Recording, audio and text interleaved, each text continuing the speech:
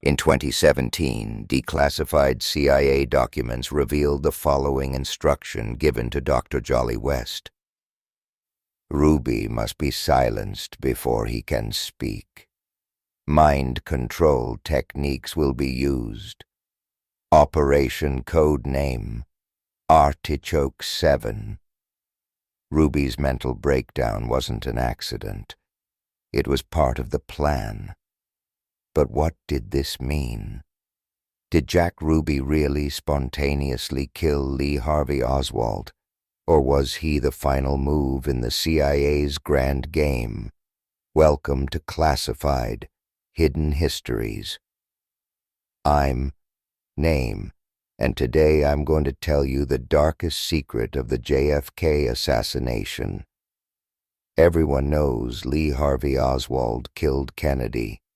Everyone knows Jack Ruby killed Oswald. But no one knows what Dr. Jolly West did to Jack Ruby. And this story gets even darker, because Dr. West was the same person who controlled Jim Jones, the same person who manipulated Charles Manson before the Jonestown massacre. This man was the chief architect of the CIA's mind control operations. Today I'm going to tell you about the secret operation that began on November 22, 1963, and forever changed American history, Dallas, Texas. November 22, 1963, Friday, 12:30 p.m. The moment the bullet hit President John F. Kennedy's head, American history changed forever. But the real story began after that moment. Lee Harvey Oswald was caught in a movie theater 45 minutes after the assassination. When police asked him, "Did you kill the president?" Oswald's answer was clear: "I'm just a patsy." But Oswald never got the chance to tell the truth. Because on Sunday, November 24th, in the basement of the Dallas police station, a nightclub owner named Jack Ruby appeared and killed Oswald on live television. At that moment, 175 million Americans witnessed it on television. As Ruby approached Oswald, he shouted, "Hey, Oswald!" and shot him once in the chest. As Oswald collapsed, his final words were, I didn't do anything." Ruby was immediately arrested. When reporters asked him, "Why did you do it?" Ruby gave this answer: "I wanted to show America that we have an answer. But an answer to what question? And who is this we?" During police interrogation, Ruby kept repeating, "I can't talk. They'll kill me. But if you take me to Washington, I'll tell the truth." But Ruby was never taken to Washington, because there were other plans, and these plans came from the darkest department of the CIA. November 26, 1963, Tuesday. On the 6th floor of Dallas County Jail, Ruby sat in his cell, thinking. Ruby was still capable of speaking. He kept telling his lawyers, "I want to talk about a big conspiracy, but I'm not safe here." That morning, prison warden Tom Howard received a strange phone call. The caller identified himself as Dr. Louis Jolyon West, UCLA Department of Psychiatry. He said he wanted to examine Ruby to conduct an official medical evaluation. Howard was suspicious. Ruby didn't need a doctor, but the caller claimed he had FBI approval that this was a national security matter. Eventually, Howard agreed. Dr. West came to the prison in the afternoon. He was a white-haired man with thick glasses and a serious face. He carried a black briefcase. When passing identity control, he identified himself as a government psychiatrist. Security cameras were turned off as he entered Ruby's cell for patient privacy reasons. Dr. West and Ruby were alone for 3 hours. No one knew what was discussed during those 3 hours, but Dr. West's personal notes contain these lines. Ruby case. Initial contact successful. Subject cooperative but anxious. Ready for next phase. That night, Ruby's guards noticed strange changes in Ruby. He was constantly shaking his head, mumbling to himself. He was pacing around his cell, saying, "They're coming, they're coming." The next morning, Ruby was completely different. When speaking, he formed meaningless sentences. He was saying, "Jews, they're going to kill us. I just wanted to do something beautiful." His lawyers didn't recognize him. When Dr. West came for the second time, Ruby had already lost his sanity. So who was Dr. Louis Jolyon Jolly West? According to official records, just a psychiatrist. But in reality, he was one of the chief architects of the CIA's most secret program, MK Ultra. West's career began in the 1950s during the Korean War, when American pilots were subjected to brainwashing by North Korean communists. The U.S. military decided to develop its own brainwashing techniques. Dr. West was one of the first experts included in this program. LSD, hypnosis, electroshock, sleep deprivation. He tested every type of technique, and the results were horrific. In West's laboratory, hundreds of subjects unknowingly became victims of mind control experiments. Some were given LSD until they died. Some were subjected to electroshock for days. The goal, completely erase the human mind and reprogram it. In 1961, West achieved a tremendous success. He injected LSD into the brain of an elephant named Tuffy. The elephant died 1 hour later. But West considered this a success because he had proven that mind control in large animals was possible. In 1962, West received a special instruction from the CIA. Perfect mind erasure and reprogramming techniques on human subjects. This project was codenamed Artichoke 7, and in 1963 Jack Ruby became the first victim field-tested in this project. When Jack Ruby was born, his name was Jacob Leon Rubenstein. He grew up in a poor Jewish neighborhood in Chicago. As a child, he was already hanging around the fringes of crime gangs. When he moved to Dallas in 1947, he changed his name to Jack Ruby. He opened a nightclub called the Carousel Club. Officially, he was in the entertainment business, but in reality, he was involved in other affairs. Ruby's club was one of the dirtiest places in Dallas. This is where the mafia, police, politicians, and CIA agents met. Ruby was an intermediary for all of them. He sold information, did favors, handled business. FBI files state that Ruby had been an informant since 1959. So Ruby was a double agent working for both the mafia and the FBI. But by 1963, Ruby's real boss was someone else, the CIA. Ruby's phone records are shocking.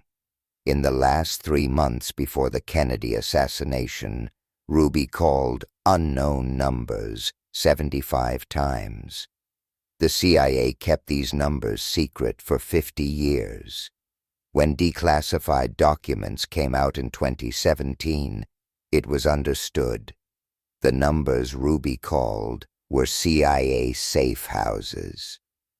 Ruby's banking records are also strange.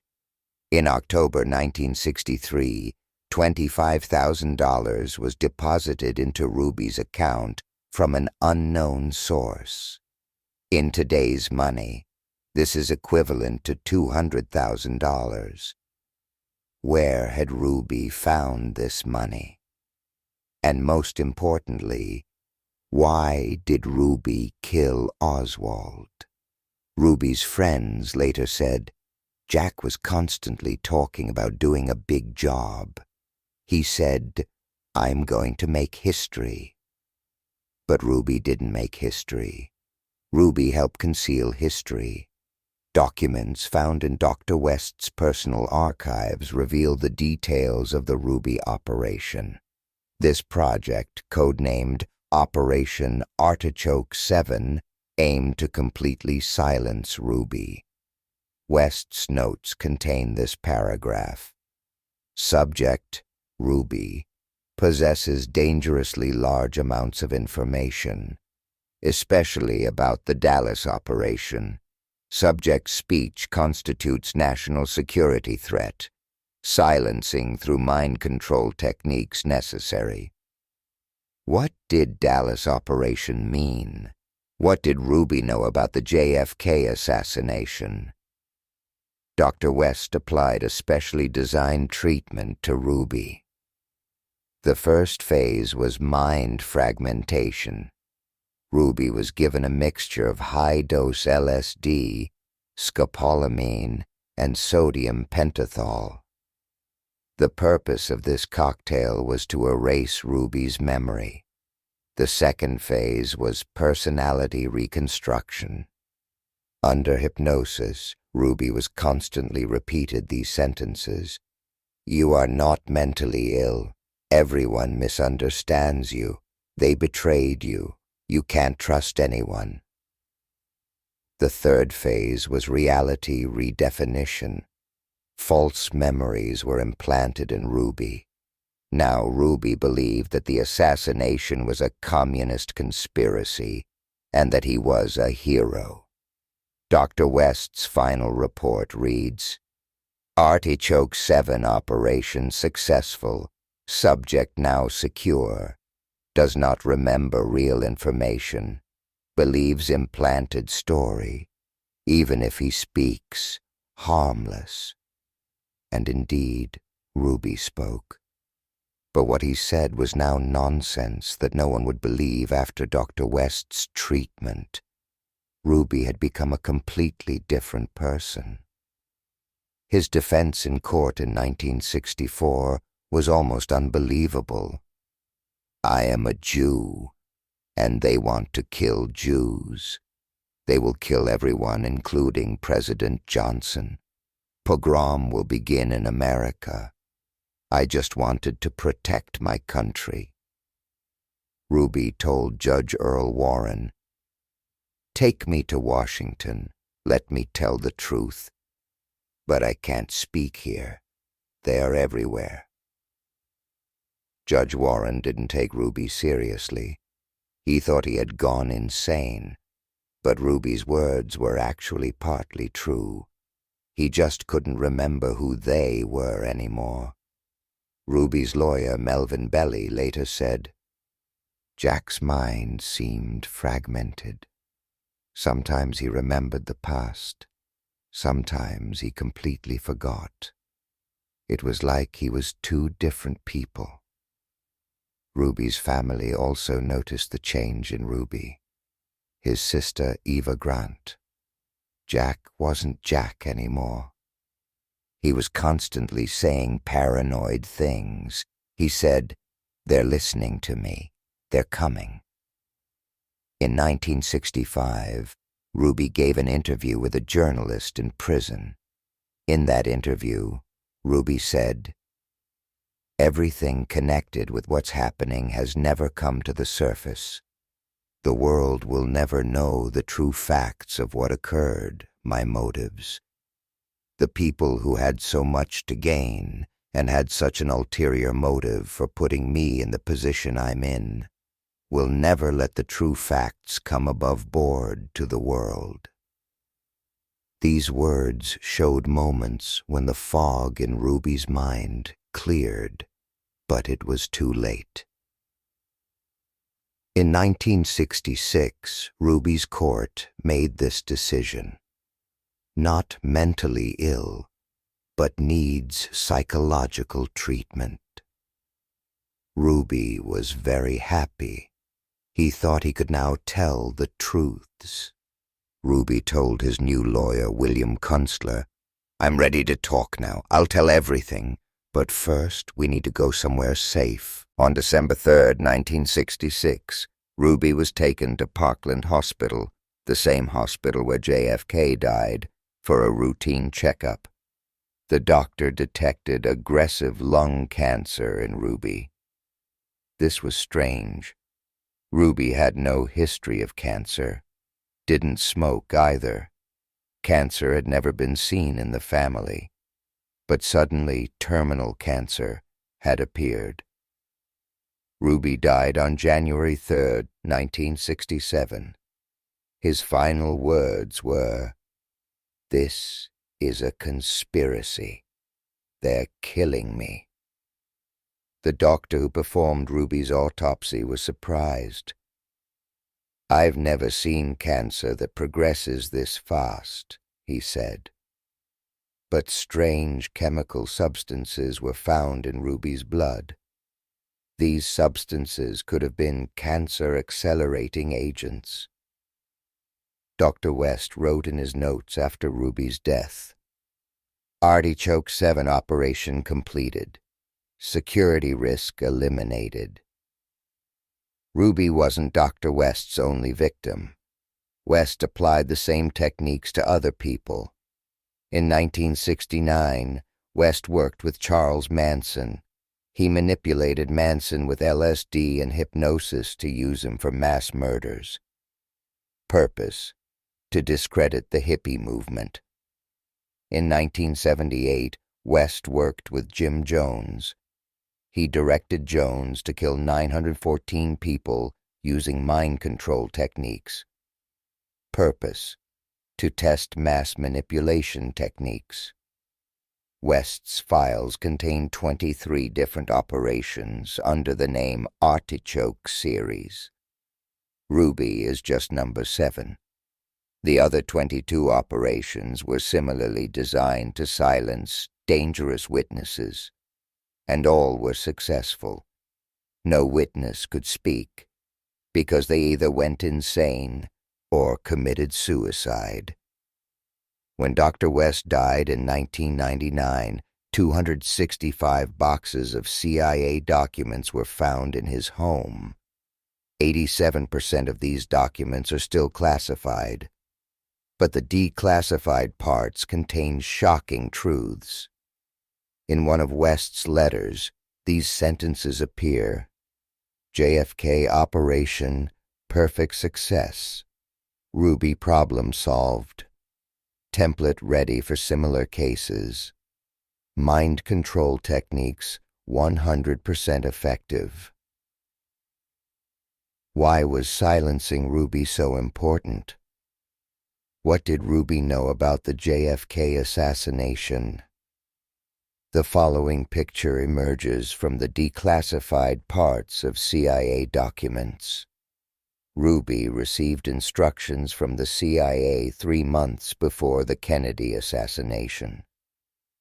There will be a special operation in Dallas. You will also play a role. Ruby's role: do cleanup after the assassination. According to the assassination plan, Oswald would be caught and killed immediately, so he would never be able to speak. But the plan went wrong. Oswald was caught but not killed immediately. For 2 days he kept saying, "I'm a patsy," in interrogations. The CIA panicked. If Oswald spoke, the entire operation would be exposed. Ruby received urgent instructions. Silence Oswald. Ruby carried out his mission. Oswald died. But now there was a risk of Ruby speaking. Ruby also knew too much. Who planned the assassination? Why they planned it? Who was involved? Killing Ruby would be very suspicious. But making Ruby go insane was the perfect solution. Dr. West stepped in.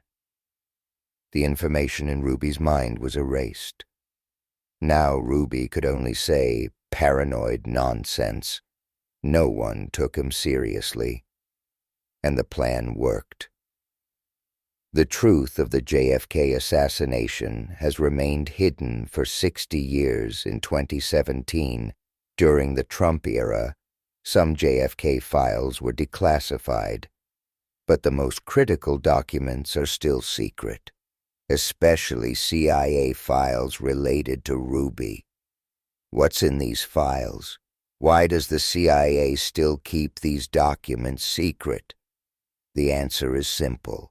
Because the real perpetrators of the JFK assassination are institutions that still exist today. CIA, FBI, Pentagon. If the truth comes out, the legitimacy of these institutions would be shaken. But some clues are leaking. In a document released in 2019, this sentence appears.